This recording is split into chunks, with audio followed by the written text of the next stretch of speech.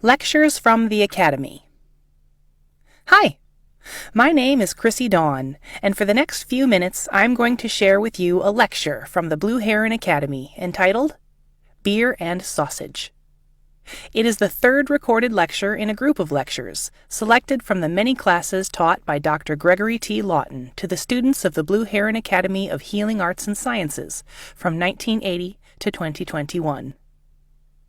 Dr. Lawton is a licensed chiropractor, napropath, and acupuncturist, as well as a certified naturopath.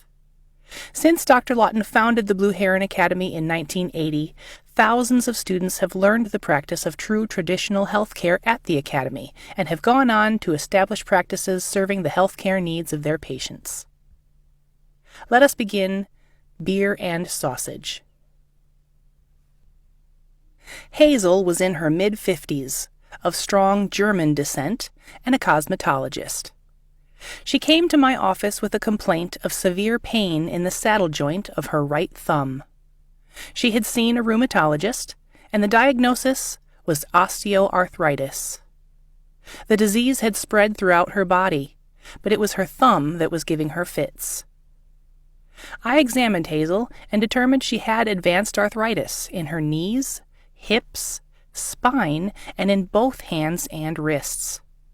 She discounted the disease in these other joints as simply growing old, because that is what her rheumatologist had told her. Hazel was a hairstylist, and the pain in her right hand and thumb was due to many years of wear and tear resulting from her work with scissors. She explained to me she preferred to work with scissors and razors rather than electric clippers, but lately she had had to resort to using the clippers more and more because of pain, weakness, and limited range of motion in her right thumb and hand. Her fear was that she would have to take an early retirement, and neither she nor her husband were financially prepared for that. During the first 2 decades or so of my career, medical physicians were telling their patients there was no known cause for osteoarthritis, other than growing old. I was trained differently, and I was taught in the 1970s to look at diet and lifestyle factors as the cause of degenerative disease. I began treating Hazel twice a week with manual therapy and therapeutic modalities for the pain and inflammation in her hands. After each manual treatment, I would apply red oil and massage it into her hands, wrists, and forearms. Red oil is an oil-based infusion of safflower oil and powdered cayenne pepper that is mixed and allowed to sit in a cool, dark place for a week, and then strained through cheesecloth and used as a medicated oil on patients like Hazel. Red oil, used topically, increases local blood circulation and relieves pain. The old doctors I trained with in Chicago taught me how to do this, and years later you could buy cayenne pepper products in pharmacies. I still prefer to make my own. I should mention that in my herbal and manual therapy training, I was taught to use herbal topical preparations and to rub them into affected areas, such as arthritic joints. This was at a time when the medical profession was debunking this practice and these products as quackery, because, as they stated, the skin is a barrier and these products cannot get through it.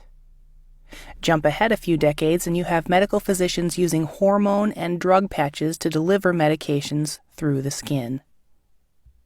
I continued to treat Hazel with limited success.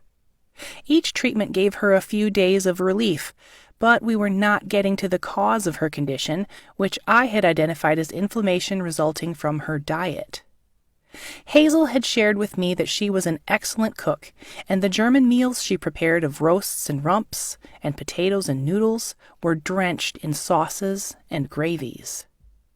Hazel's diet alone, loaded with meat, fat, and sugar, would have been enough to fuel inflammation, but then she said that every evening after dinner, she and her husband would retire to their family room to watch television and to eat German sausage and to drink a few beers.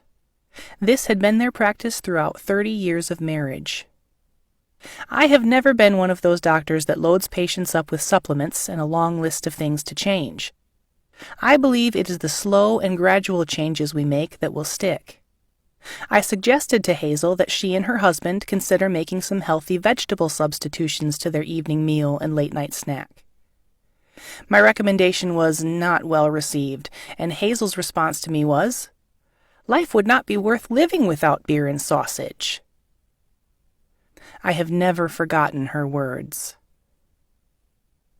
This statement of Hazel's may be the moment when I first realized that food, for many, is an addiction, and that to be effective in treating diet-related diseases, I needed to understand addiction and to use addiction treatment strategies with patients.